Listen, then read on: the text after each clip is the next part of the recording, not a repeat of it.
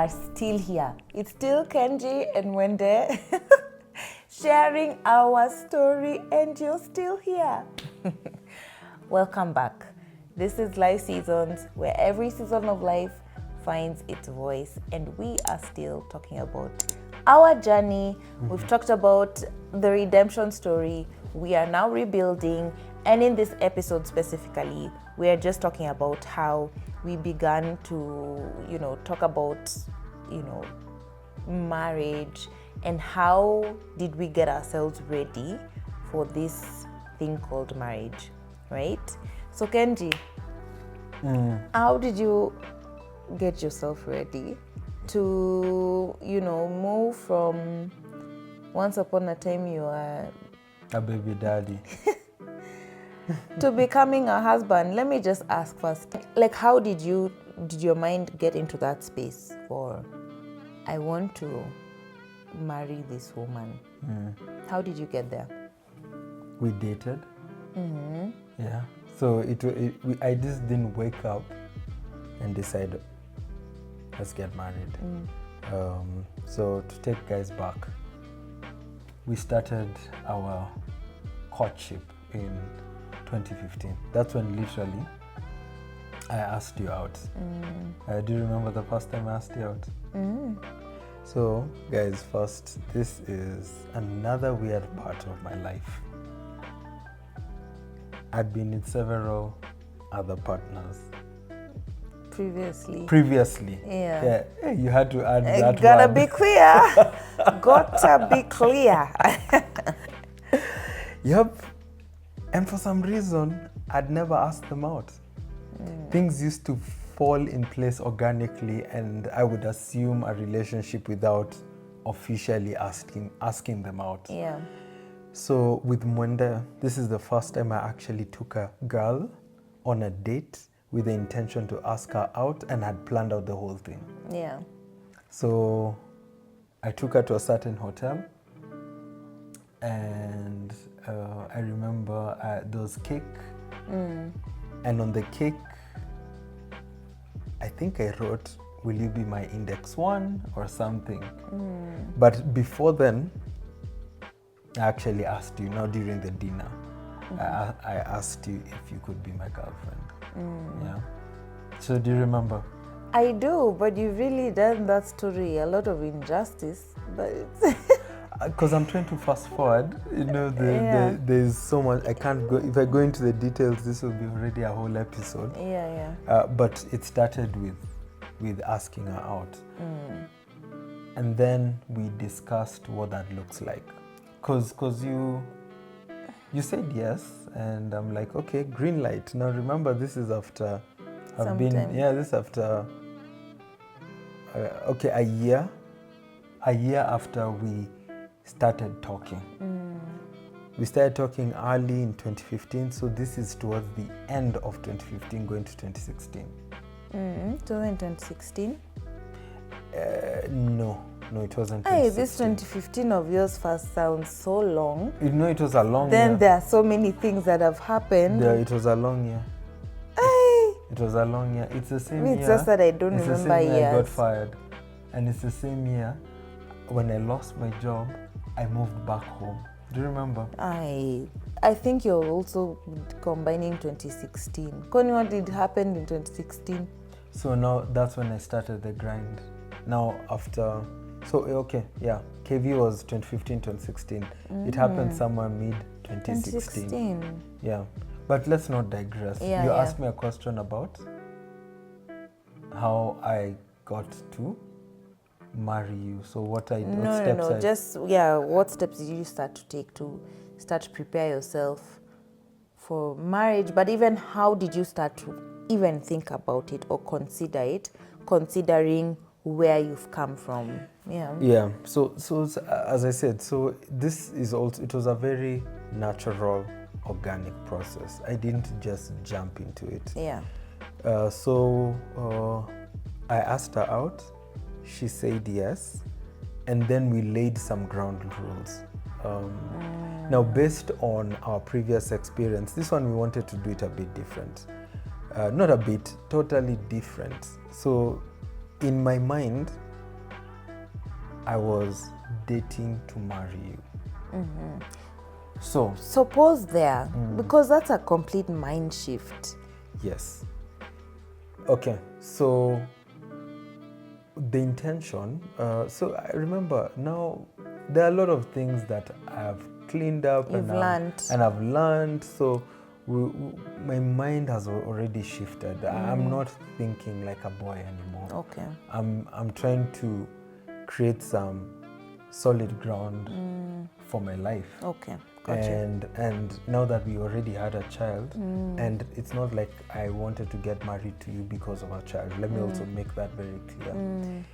It's because of the fact that I realized I still do have feelings for you, and I wanted to see where this can go, but I had a very clear objective. Now remember, you can still say no. You know, it takes two to tango. Yeah. So it takes me to make the risk to ask you out so that we can start dating. And as we're dating, what is the intention? Because we discussed that. And the intention was for me to marry you. And there was a part of you that was scared because you felt like maybe I'm trying to date you because of a child, because I got you pregnant and you already have a child. So there's a part that I could see you're reserved, and you kind of needed more clarity and confirmation that I'm in it because of you when there and not the child. So that was a very organic process. And when we laid the ground rules and we decided to date properly, man, scrap that rule book that we used to use, you know, where, you know, chemical warfare and using alcohol. Do you want me to say? When you thought I'm starting like a Ukraine war. chemical warfare, like I was like, what? No, what are you talking about? It used to be. Podcast. You take girls out for a drink. Okay, You I get get them it. to I splash. get it. You get it. You're trying to sanitize your podcast. Just like stop.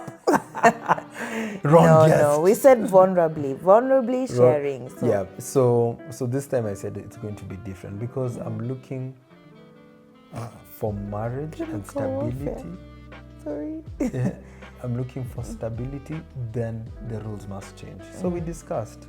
One of the big rules was celibacy. Yeah. You're convicted and I was convicted. I knew there's no way I'm going to get a wife and still indulge in sex before marriage. Is there a term for that? What? Waiting? No. Is it fornication? But they know, is that the word? I think so, yeah. Okay. It just sounds like fornicate. So I didn't want to fornicate. No, just basically having sex before marriage. Yes. So this time we were both relentless for that. Like you also were sure that this is something that you want to do. Yeah. So that's also another thing that we started to shift. Yeah.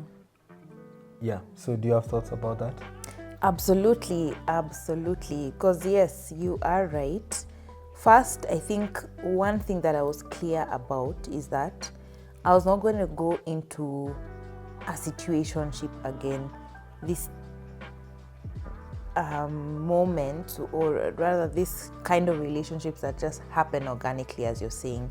So for me, I was clear that I needed it to be very clear, to be defined. I needed the relationship to be defined if it needed to be, if that is the direction we're going. Two, the other thing, I'm just like reaffirming what you said was a celibacy journey, like waiting. But what's so interesting is I remember, I knew about it. First of all, two things. So there are two books I read. One on soul ties, and which I feel is what sparked. I think the thought of waiting before marriage, of course, is something that I knew, but I feel like now you know how you know something, but it's like living it. You need to really be present. It's like you have head knowledge of something, but living it out is a whole other different thing. I keep, this thought came to my mind, by the way, when I was thinking about just this whole journey of ours and how we need to raise our kids so that they can be able to be bold in being different, in making choices that are contrary to culture. It's because it's like, it's crazy to say, but in the world that we live in, it's like, putting a spread of like an entire menu, like there's meat and everything, but you're being told to go eat the salad only. That's what it really feels like. So I just feel like, and I guess this is maybe a conversation for some time, I hope I'll remember, but on parenting, like how do we raise our kids to be able to, yes, know what God expects of us, but how do they practically, literally, yes, your friends or everyone around you is doing all these things and they look fun and exciting and this is where you'll be accepted and everyone will love you in this space, but no, go there and just pick the salad and go sit down. And be comfortable with that. And be comfortable with that. And also come to terms with that, with the fact that people will ridicule you. Yeah. And make fun of some of the choices you make. True. So just going back to the two books that I read, one was on soul ties and just how they affect us. And that's all I'm saying. There's like, something in your mind, but I feel like now fully and properly understanding and seeing how it impacts you. So just learning that when you give yourself to somebody, in terms of even in sexual intimacy, like you're exchanging more than just your physical selves. There's a spiritual aspect to intimacy. Absolutely. And even what's strange is, or what I even remember learning from that book, some of the causes of depression, anxiety, and many battles that people face could be stemming also from the engagement people are having beyond the physical. Beyond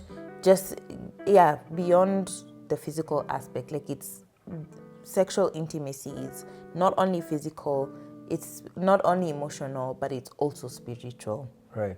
Yeah. So you start to think, oh my gosh, so you're not just inviting, like the fear is not just diseases and pregnancy, it's also like long-term effect of, your personal well-being. And so it makes you start to really think deeper about, what do I really want? Like, who do I need to invite in this space of mine, and then also understanding more that just the beauty of waiting for your spouse, the person who you want to give yourself to. Yeah. So I feel like those are the things in my mind that started to hold a higher regard than they did before. Yeah. And I remember the other book I read was it's called The Wait by Megan Good and her husband. Okay, they're no longer husband and wife, unfortunately. I loved them. I really loved that couple. Yeah, I used to follow them. Used to send me a lot of them content on IG. Yeah. So I loved everything they would speak on in terms of waiting and just how. So it's almost like they made waiting cool. Like it's almost, for me, it helped me, like, there's a couple that's actually doing it. Look, and like, it's possible. I remember a friend of mine is actually the one who sent me their book. So aside from just watching them online and listening to some of their talks, they actually read the book. So that also informed me a lot more, and it's like it boosted my confidence to be like, yeah, a man should pursue me. Like, yes, I'm worth the wait. I'm a prize. I'm a prize, and I deserve to be with that person who's also willing to wait. Right. And you also realize when you set those standards for yourself, let me speak for the woman, when I set the standards as a woman, then I feel like the right person, first of all, it's easy to sieve out anybody who is not aligned to this set of boundaries you've created for yourself. Yeah. And so that drops off anybody who was going to come waste your time. And then now you have a chance to be able to now just select from those who are, or you also share these same values as I do. Then you know what, let's see what else. Yeah. Let's see whether we can grow further beyond just this. So I feel like those are some of the things that we started to do that were different. And I think we both decided that we wanted to do this different. Yeah. We were giving this a second go, but we didn't want to do it the same way that we did. So just like throwing out everything we'd done before and like clean slate, let's do it the right way. Yeah. Yeah. And I'm really glad we went that direction because there's some principles that I learned through that period of waiting that I've actually carried into our marriage. Yeah. You see, what I love about kingdom principles, it's they're timeless. You know, they just don't act for a certain period. Celibacy for me was hard and huge. Yeah. First I was like, no, God, no. That one, it's the deal breaker. If I'm following you, this one at least you have to give me leeway. That's this one, I can surrender everything else. This is the part I'm not willing to. And let me tell you, that's the one he insisted. So that time, that period in my life, the first call was, oh, you want to do different, you want to get married. You have a great intention, but let me tell you, there's a sacrifice and there's a price to pay. So he showed me that there's importance for us to be celibate and to wait.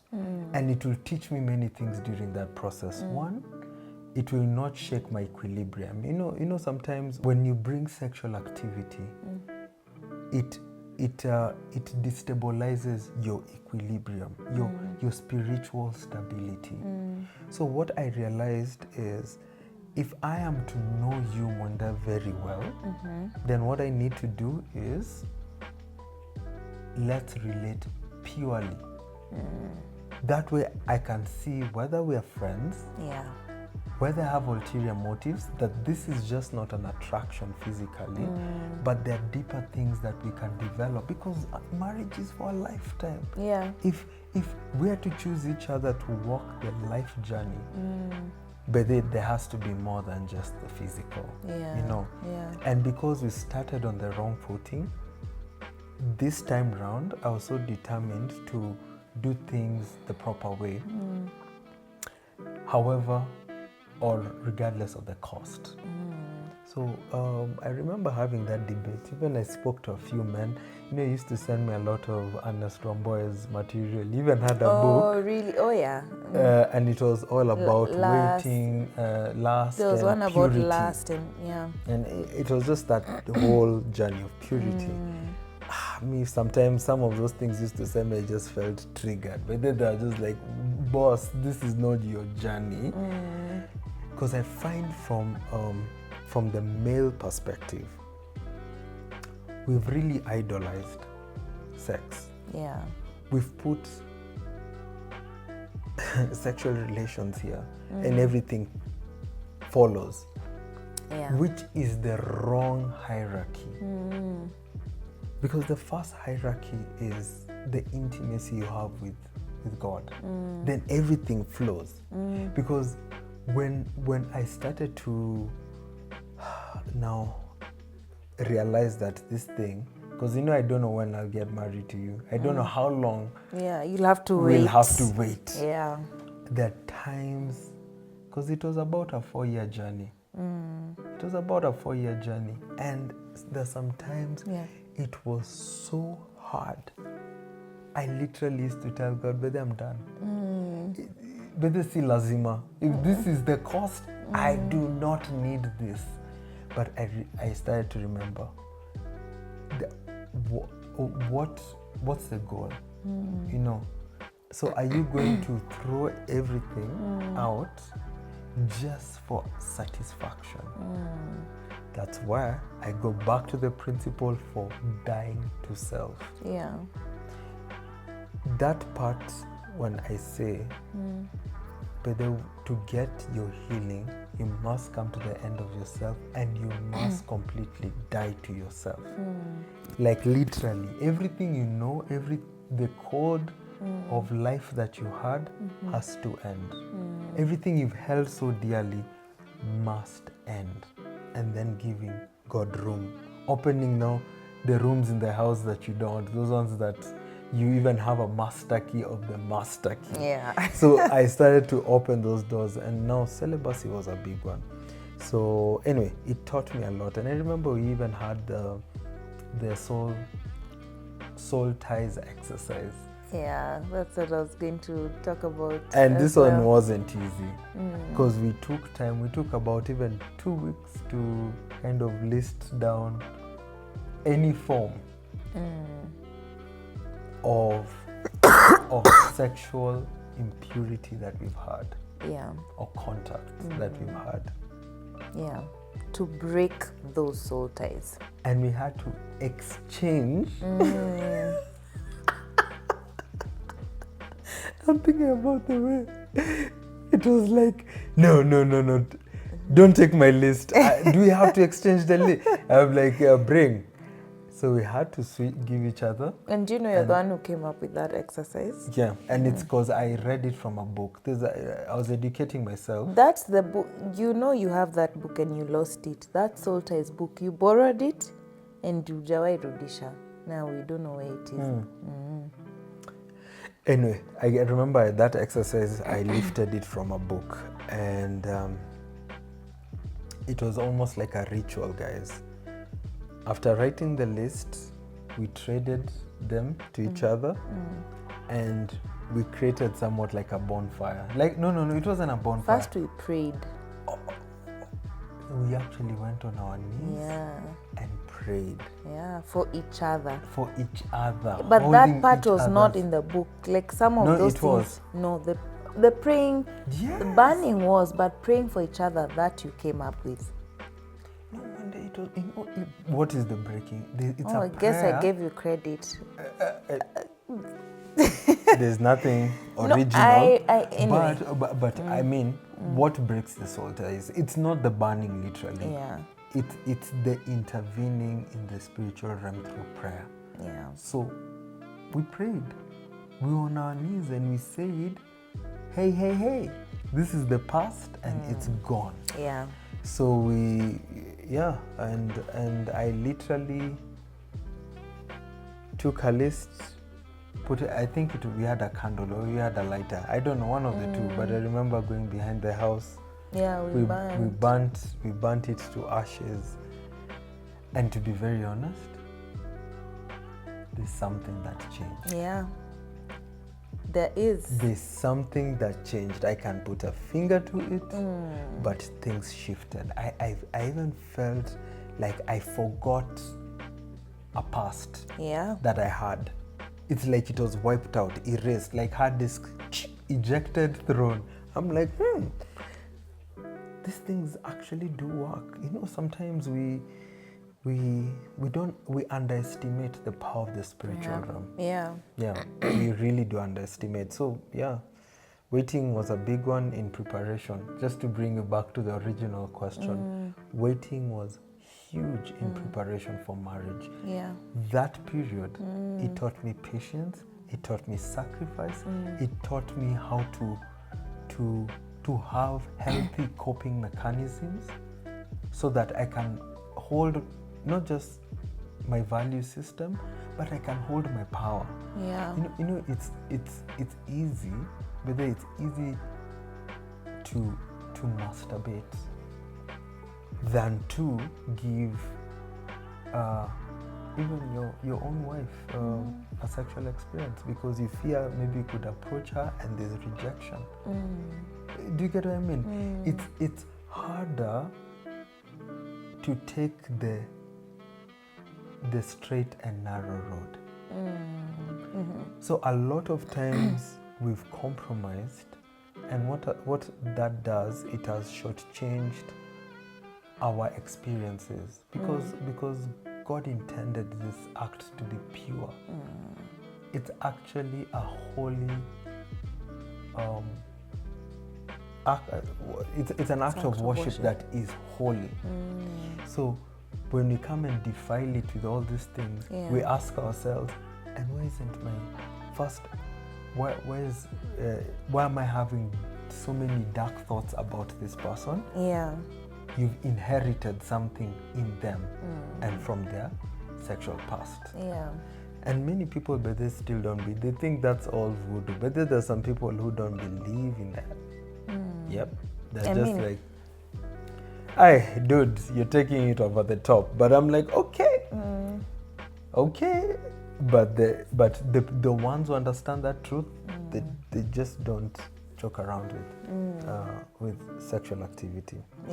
And we've gone deep into that topic, but it is necessary. It's necessary. I think when I think about, especially first of all, what you've just shared, breaking of soul ties, like you said, something shifted or something began to shift. Because first of all, that night after, and I think I feel like the most powerful moment was us being able to pray over each other and the words that were spoken that night, like during that session of prayer. I think that was, we may not even know the extent of it. Even now as I'm saying it, I may not know the extent of it, but there was divine intervention in doing that. Because first of all, what we've done is we're on a journey of also building trust and opening up ourselves up to this is who I am, this is who I was, look here, honor. Whether that was hard.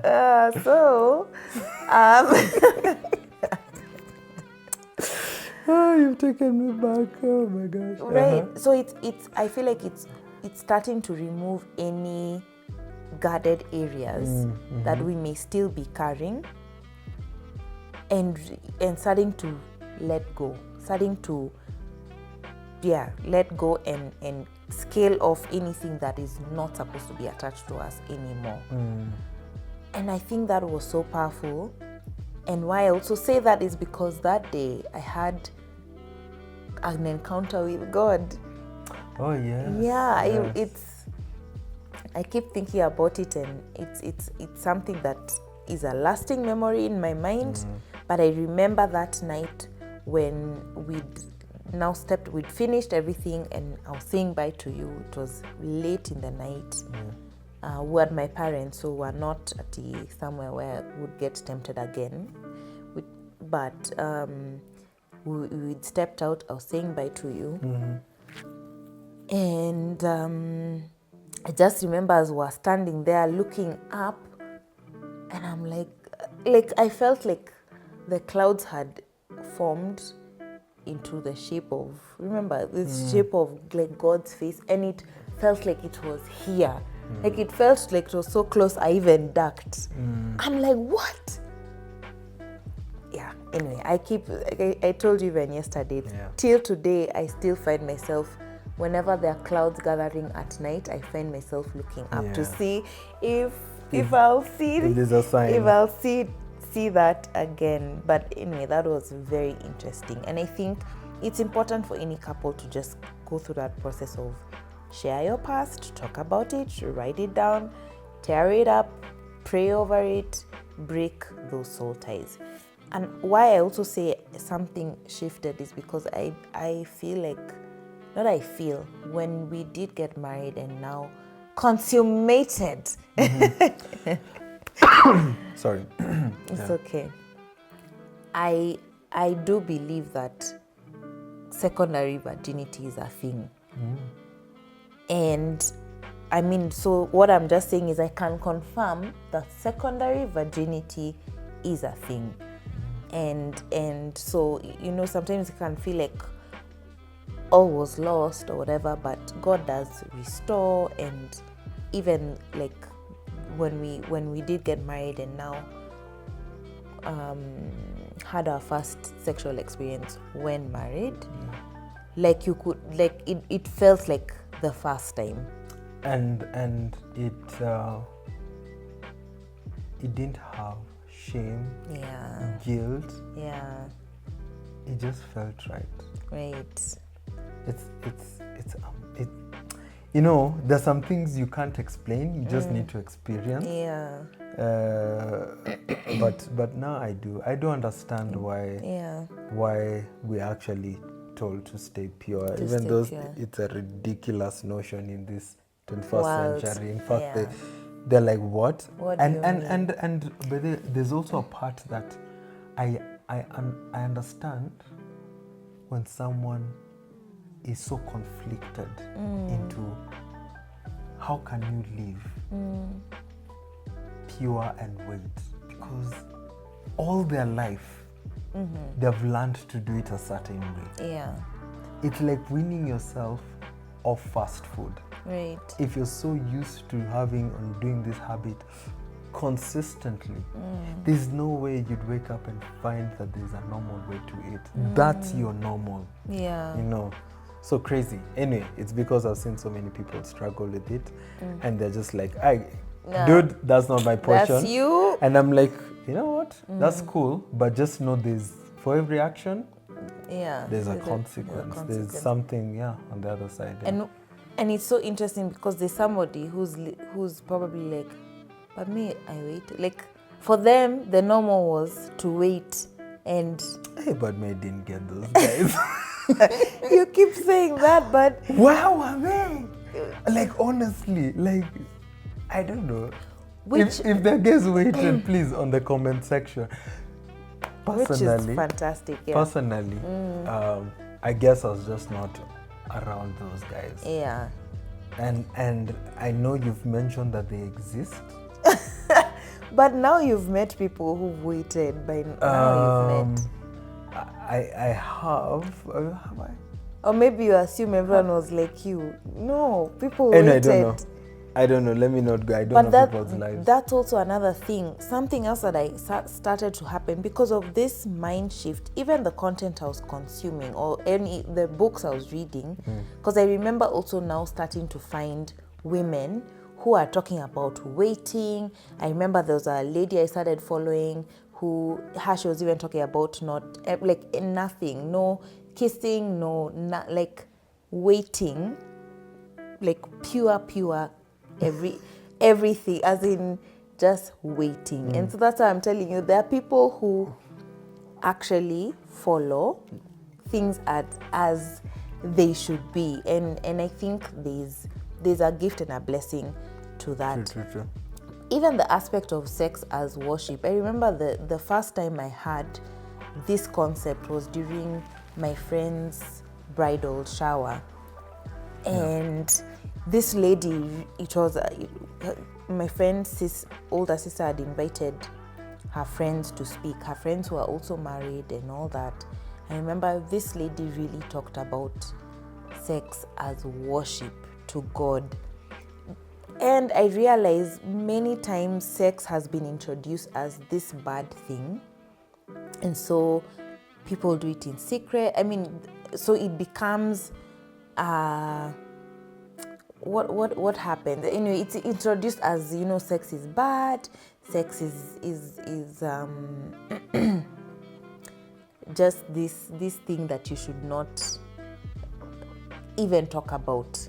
Yeah. In fact, it almost felt like a taboo to speak about it. Even now, I feel like I'm still like building the courage every time. Every time I say it, there's a courage I've built even more. Let me tell you, just talking. Go to a corner, just go say sex. You'll have more confidence coming back. No, I just think it's because of the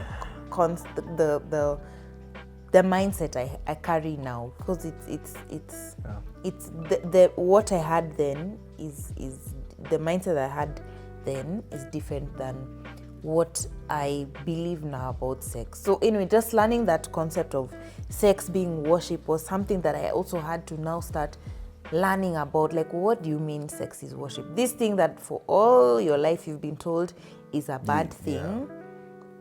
Now you have to start working towards shifting your mindset to now understanding why it's a form of worship. And that's why, and because it's a form of worship, it should be done in this space, not just anywhere you feel like outside of marriage, and or like it should be treated with a higher standard than it is carried right now, or in the culture that we live in today. Correct. Yeah, so I feel like waiting was a big one for us, but I feel like it did a lot, even in marriage, because there are moments where you have to hold off, like when your wife is pregnant. I mean, it sort of teaches you that self-discipline that you need to to carry even in marriage. And not even just the act of sex. I mean, you see, the purity is a lifestyle. Yeah. And for us as men, we are visual creatures. We are highly visual. We are stimulated visually. So there are many times, yes, you can keep it pure in bed, but you have defiled your eyes out here with the content you consume on socials, on the people that you follow, the crowds that you hang out with, the women around you. It's not like that you're blind, and you know, some chicks be dressing raunchy out here. So you're just like, yo, baby, you can't just do those things around me, and I'm mad. So there's a point and a part that you have to play as a man to keep your eyes pure and look away. But that training, that's also another very hard training. For, I don't know if women, that's not something you guys struggle with much. Well, I can't generalize. I can't speak for everybody. I'll tell Some you, women it's a are huge visual. struggle for dudes, and at least let me say married guys who want to act right. Yeah. There's wow, let me even just say, everything is against you out here. So if you're not conscious enough to start preserving your eyes and looking away, you'd find that you carry those memories. And what guys used to say, you put it in the wank bank. Sanitize your mind. But yes, it's that's guy lingo. Like, people actually put it as backup storage. I'm telling you. Yeah. Men's minds are categorized. It's the way the brain works, I believe. And yes, okay. Yeah. It is actually a neural function of the brain. Yeah. So if we do not, if we desensitize ourselves from the importance or the importance of sex, not the importance of purity. Then what happens is you intoxicate your mind with all this sexual activity, but yet you try and keep your marriage clean. For how long? It's garbage in, garbage out. It will somehow leak. One way or the other, it's going to leak. So anyway, so that is, I'm just talking about the lifestyle and of purity and some of the challenges men have. We could sometimes overlook, but it's such an important factor just to keep things together. So I really like what you've said, that it doesn't just start at the physical point. You also have to start to keep all your other senses pure as well. Like, even just what you're consuming, the things you say, the things you listen to, all have an influence in that journey in that walk of purity. And so I think for anyone who might be walking that journey as well, those are maybe some things that we learned along the way that helped us just be able to walk that journey. But it was not easy, especially for you. I feel sometimes I'm like, I don't want to repeat that. That's the part I'm like, you don't, cheers. you don't Let's keep to the good part. Yeah, because Yeah, that I was feel tough. I feel like many times I still had to sort of, I was stronger. Let me just say I was stronger than you were. Oh, I think my mind was for very focused on what I wanted to achieve on that path. So yeah, sometimes one person can be stronger than the other, but it's possible. It's possible. It is possible. It's possible for anybody who might be wanting to walk that path. Again, we encourage you to share your experiences, share your stories with us in the comments, or we have social media pages. You can DM us and just let us know if you relate with any of these experiences, so that we can laugh and high five, and just know that we are tunaelewana. So we'll see you on the next episode. Please usichoke na sisi. Don't get tired of seeing us over and over and over again, but come along with us on to the next episode. See you there. Bye.